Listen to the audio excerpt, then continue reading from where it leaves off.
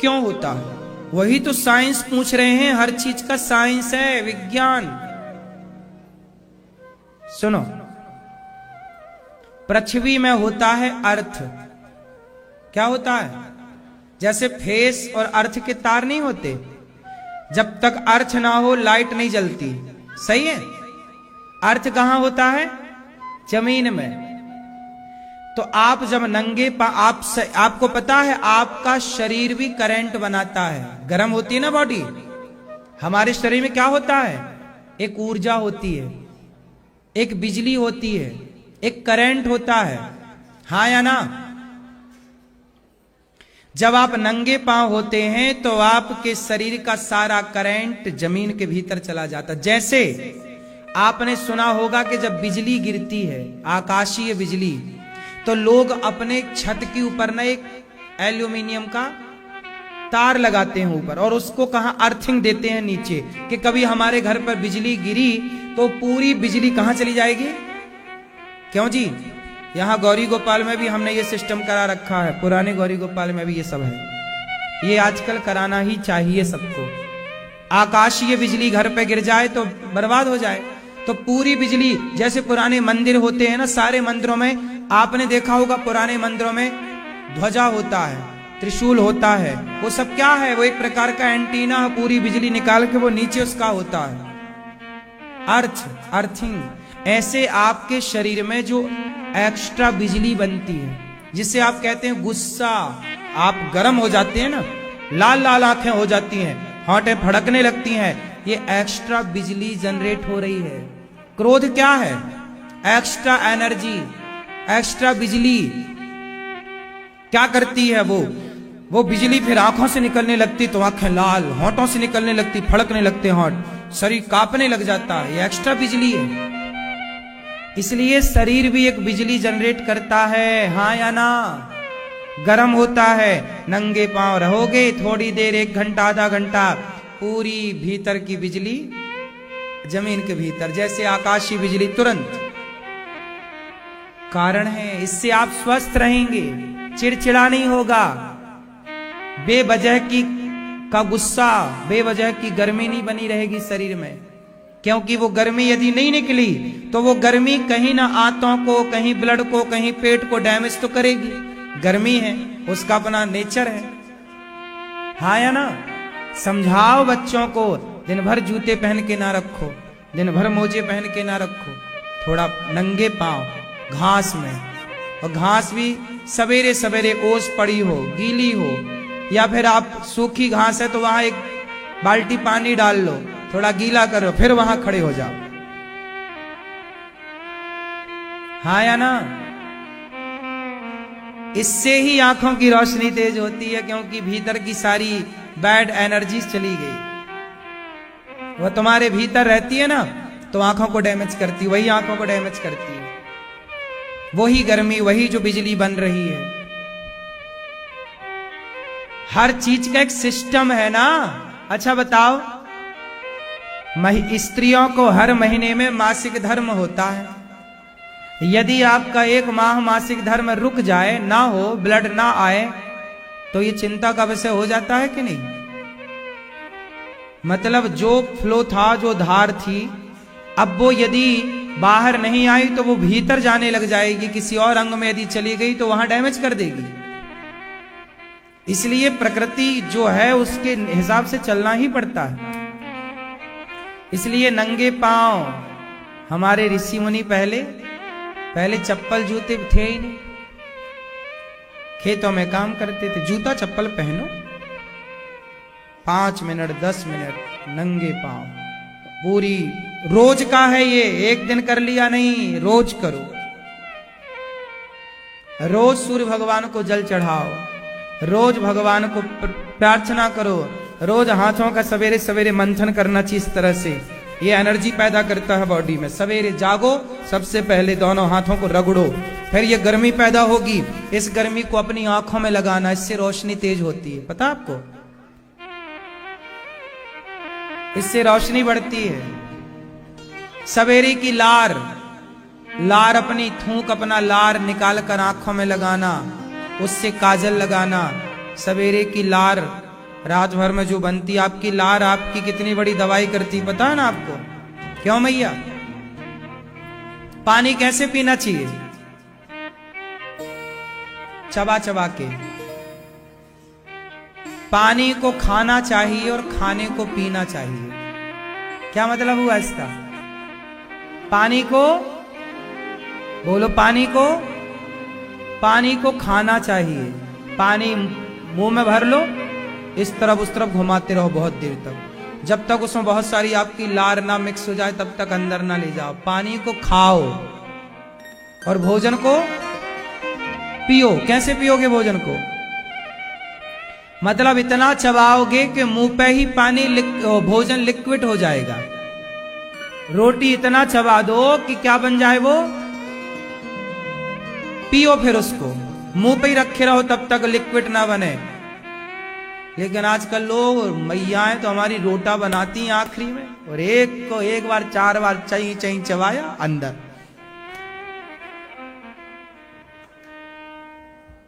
है ना? कहां 32 बार कोई चबाता? इसलिए लोग बीमार पड़ गए, क्योंकि खाने का सिद्धांत भूल गए। योग करते नहीं, खान पान शुद्ध है नहीं, पिज्जा बर्गर चाउमीन खा रहे हैं, कैसे जिएंगे लंबा? निद्रया ह्रियते नक्तम व्यवायेन चवावया, जितासनो जितश्वासो जित संगो जितेन्द्रिया। ज्यादा हाय हाय नहीं। जीवन में प्रसन्नता ही सबसे बड़ी दौलत है। सादा जीवन, उच्च विचार। योग आसन करो, प्राणायाम करो, अच्छा खाओ पियो, बच्चों को अच्छे संस्कार दो, और जो कमा रहे हो आप ईमानदारी से कमाओ, और जितना कमा रहे हो उसमें संतुष्ट रहो। भगवान नारायण ने सृष्टि किस तरह से की? भगवान नारायण की नाभि से ब्रह्मा जी प्रकट हुए। ब्रह्मा जी ने सृष्टि उत्पन्न की, भगवान विष्णु जी ने पालन किया, और भगवान शिव क्या करते हैं? संहार। तीनों को जोड़ दिया तो बन गया गॉड।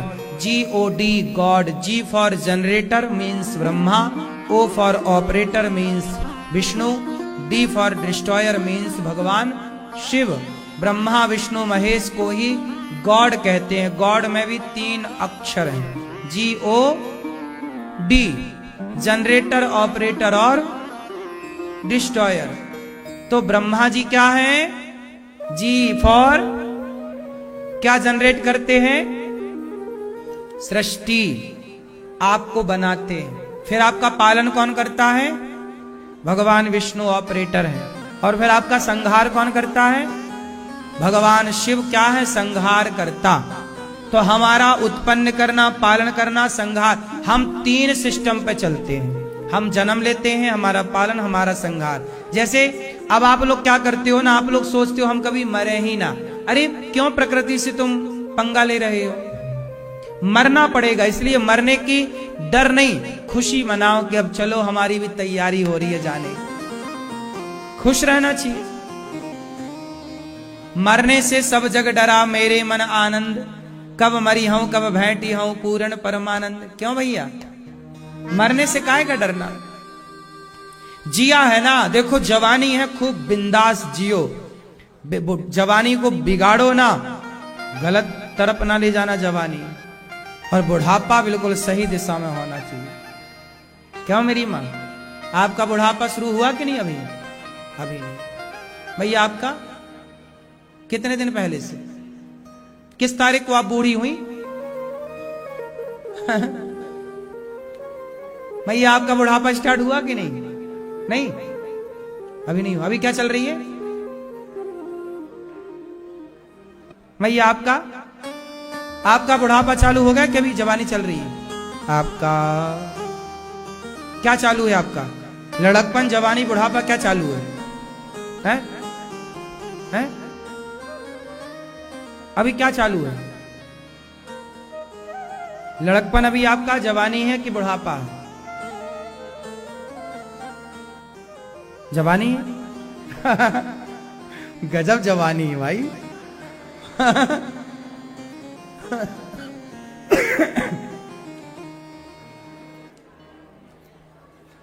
वैसे बात सही है, सदा जवान रहना चाहिए। सदा क्या रहना चाहिए? भले उम्र हो 55 की, पर मन होना चाहिए बचपन का। तो सदा जवान रहो, सदा जवान रहने के लिए योग करो। लेकिन एक बात है कि अब हम लोगों का धीरे धीरे बुढ़ापा है।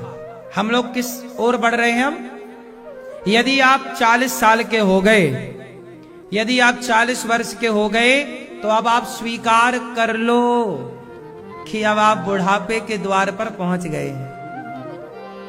क्यों जी, बात सही है दादाजी? जब आप 25 साल के थे, जब आप 30 साल के थे, तो जितनी रोटियां तब खाते थे, क्या अब इतनी रोटियां खा पाते हैं आप? बताओ। तब जितना दौड़ पाते थे, अब दौड़ पाते हैं आप बताओ। तब जितनी रोटियां खाते थे आप 25 साल में, अब इतनी रोटियां खा पाते हैं? बोलो। तब जितना दौड़ पाते थे अब दौड़ पाते हैं? इसका मतलब क्या हो रहा है? आपकी शक्ति धीरे धीरे कमती जा रही है। क्या होती जा रही है? शक्ति कम हो गई, मतलब बुढ़ापा आ गया। शक्ति कम हो गई, खुराक कम हो गई। 40-45 वर्ष के आप हो गए, बुढ़ापा अच्छा होना चाहिए। कैसा बुढ़ापा? बुढ़ापे से आप डरते बहुत। अरे महाराज देखो, कोई नहीं कह रहा कि हम बूढ़े हैं, सब नहीं, सब चाहते हम जवान रहें, लेकिन होना तो पड़ता ना साहब। इसलिए डरो क्यों? सत्य को स्वीकारो। हाँ, हम बूढ़े हो गए, लेकिन बूढ़े भी ऐसे बनो कि बुढ़ापे में भी आपका खेलना कूदना जारी रहे, बुढ़ापे में भी हंसना मुस्कुराना जारी रहे। यदि आप बुढ़ापे में भी हंस मुस्कुरा रहे हैं, खेल कूद रहे हैं, तो आपका बुढ़ापा बहुत अच्छा, बुढ़ापा बहुत अच्छा होता है। बुढ़ापे में क्या होता है जानते हो? शक्ति कम होती है, पर एक चीज ज्यादा होती है। बताओ क्या? बताओ, बुढ़ापे में ज्यादा क्या होता है? आप बताओ। हैं? हाँ, आप बताओ भैया, टोपी वाले भैया, बुढ़ापे में ज्यादा क्या होता है? हैं?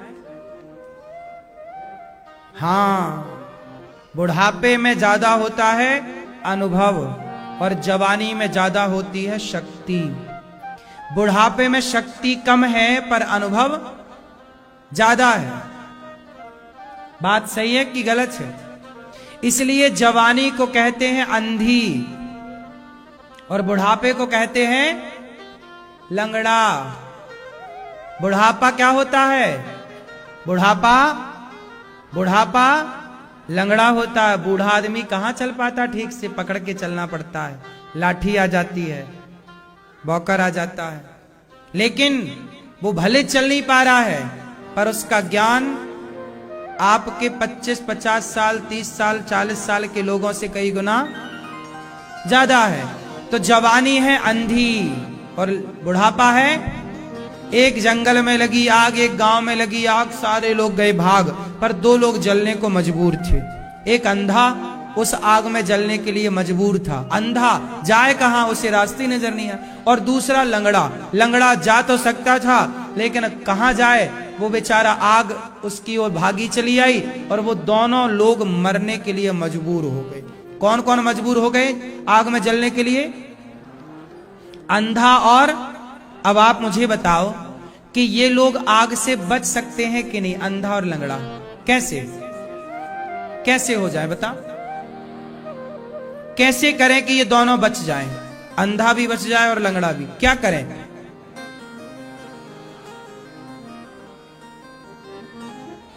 क्या करें भैया, आप बताओ। क्या करें कि ये दोनों बच जाए, अंधा और लंगड़ा दोनों बच जाए? आप बताओ। आग लगी है और इनकी ओर बढ़ी आ रही है, क्या करें? हैं? कैसे सहारा बने, वही तो पूछ रहे हैं। क्या करें? हाथ पकड़े। बगल वाली बहन से पूछो, बेटा गूगल से पूछने लग गई। बताओ, एक जंगल में, एक घर में, गांव में आग लगी, अंधा लंगड़ा दोनों जलने के लिए मजबूर थे। बताओ कैसे बचेंगे दोनों? है कोई उपाय? नहीं, आपके पास कोई उपाय नहीं, केवल मोबाइल चलाना बस। बताओ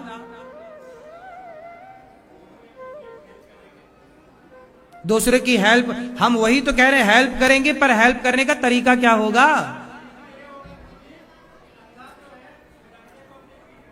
हाँ बिल्कुल सही कहा आपने कि जो अंधा है,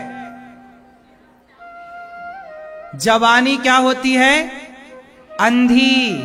तो आंख नहीं है पर पांव तो है, और बुढ़ापा होता है तो जवान क्या करे? बूढ़े को बिठाए अपने कंधे पर, तो आंख हो जाएगी बूढ़े की और पांव हो जाएंगे जवान के, तो दोनों आग से बच गए। यही आग इस समाज में लगी है कुसंग की, कुविचारों की, क्रोध की, लोभ की, मोह की अग्नि में सारा संसार जलने को तैयार है। बचना चाहते हो तो कैसे बचें? अंधे लोग नहीं बच पा रहे हैं, क्योंकि अंधे भी इस आग में जल रहे हैं। अंधे जल रहे हैं ना, क्रोध की आग में, सुसाइड की आग में, लिविन की आग में, और बूढ़े भी जलने के लिए मजबूर हैं।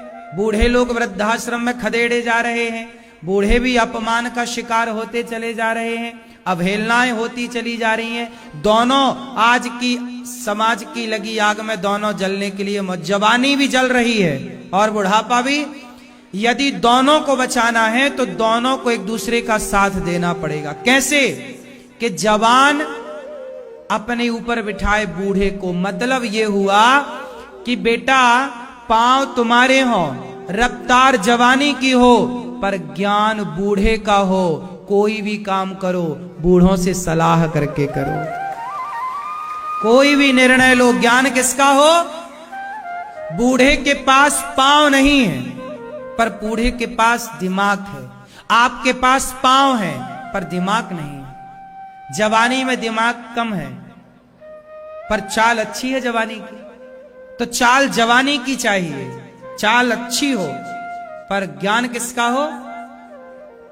बुढ़ापे का। क्यों जी, बात सही है?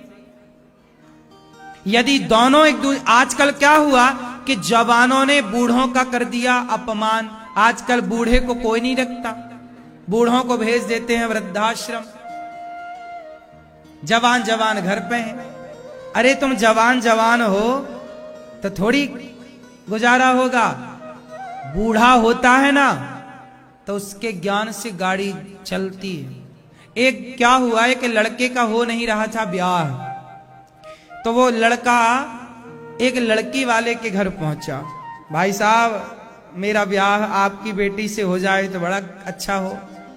तो लड़की का बाप मान गया, बोला ठीक है मैं अपनी बेटी का ब्याह तेरे से करूंगा, परंतु शर्त है कि तुम जब मेरी बेटी से ब्याह करने आना तो किसी बूढ़े को मत लाना, किसी भी बुढ़े को मत लाना। हाँ हाँ मत लाएंगे, नहीं लाएंगे। अब लड़का दुल्हा बना, सारे बूढ़े गांव के परिवार के मामा, फूफा, मौसा, दादा, नाना सब तैयार, आज हाथ जोड़ जोड़ के मना रहा, फूफा मत जाओ, मना किया ससुर ने बूढ़े को मत लाना, आप मत चलो। सब मान गए पर नाना नहीं माना। नाना बोला मैं तो चलूंगा। अरे नाना जी आप ब्याह नहीं होने दोगे? नाना जी बोले मैं चलूंगा। अच्छा कैसे चलोगे? तो नाना जी बोले अच्छा एक काम करना, तू मुझे डिग्गी में घुसा ले, निकालना मत, पर मैं चलूंगा जरूर। नाना को कर लिया डिग्गी में, बारात चली। लड़की वालों ने भेजा किसी को कि जाओ देखो कोई बूढ़ा तो नहीं आया। पूरा देखा गया, एक भी बूढ़ा नहीं था, सब जवान जवान लड़के थे वहां पे, जवानों की फौज थी। तो लड़की के बाप ने कहा, उन सारे जवानों को बिठाया जितनी बारात में आए थे, दुल्हा को बिठाया और दुल्हा के दोस्तों को, सब परिवार को, सुनो मैं अपनी बेटी का ब्याह तब करूंगा जब ये नदी में, ये देखो क्या बह रही है बगल में नदी, इस नदी में क्या बह रहा है? पानी। जब तक तुम पानी की जगह दूध की धार नहीं बहाओगे, भाई जितना पानी बह रहा जैसे वेग से, ऐसे ही जब दूध तुम बहाओगे तब मैं अपनी बेटी का ब्याह तुम्हारे संग करूंगा। अब लड़का बोला हे भगवान इतना दूध कहां से लाए कि नदी में पानी की जगह दूध बहे? भाई 100 लीटर भी आप डाल दो तो इतनी सी धारा से निकल जाए, पूरी नदी में थोड़ी सफेदी छाएगी। लड़की के बाप ने बोला एक काम करो, फिर अपनी बारात उठाओ और जाओ, हम नहीं करेंगे तुमसे बेटी का ब्याह, तुम्हारे पास ज्ञान नहीं है, तुम पहले नदी में दूध बहाओ। अब बहुत दिमाग लगाया, सारे जवान थे। अब जवानों के पास कहां बुद्धि होती है ज्यादा, जवानी में बुद्धि कहां काम करती। जवानी में तो केवल खाओ पियो मौज करो दिखता है। क्या दिखता है जवानी में? खाओ पियो और मौज करो। मौज भी क्या, लिव इन कोई मौज कहते हैं ये लोग। तो लड़के बारात वापस जाने लगी, चलो भैया बारात चले। अब जब बारात वापस जाने लगी तो लड़का बोला, अब नाना जी को निकाल लो डिग्गी से। अब जब हो ही नहीं रहा तो काहे डिग्गी में बैठे, आगे बैठ के चले सीट पे। नाना जी को निकाला, नाना जी बोले कहां दुल्हन, हमें दर्शन कराओ बहू के। अरे काहे की दुल्हन, काहे का ब्याह है। वो ससुर जी फैल गए, बोले शादी नहीं करेंगे तुमसे। नाना जी बोले क्या हुआ? अरे बोले कह रहे हैं कि नदी में पानी की जगह दूध बहाओ। कैसे बहेगा? नाना जी बोले बस इतनी सी बात, इतनी सी बात के लिए तुम शादी तोड़ के जा रहे हो, चलो जाओ कह दो लड़की के बाप से कि हमने दूध की व्यवस्था कर ली है, तुम बस नदी को खाली कराओ जल्दी।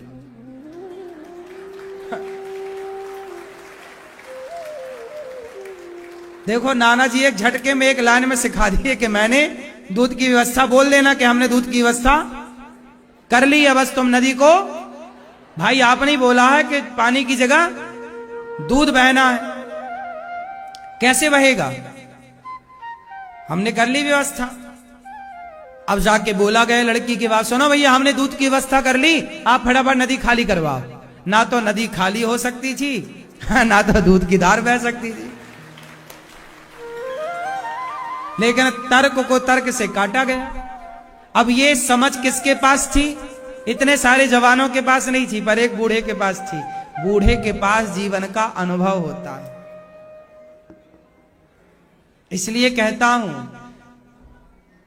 कि बूढ़ों के साथ बैठोगे ना तो ज्यादा सीखोगे, ज्यादा आगे जाओगे। इसलिए दादाजी के साथ बैठा करो, दादाजी के पांव दबाया करो, दादी के पास बैठा करो, दादी के पांव दबाया करो, बड़े बूढ़ों के पास बैठा करो, गुरुजनों के पास बैठा करो, साधु संतों के पास बैठा करो।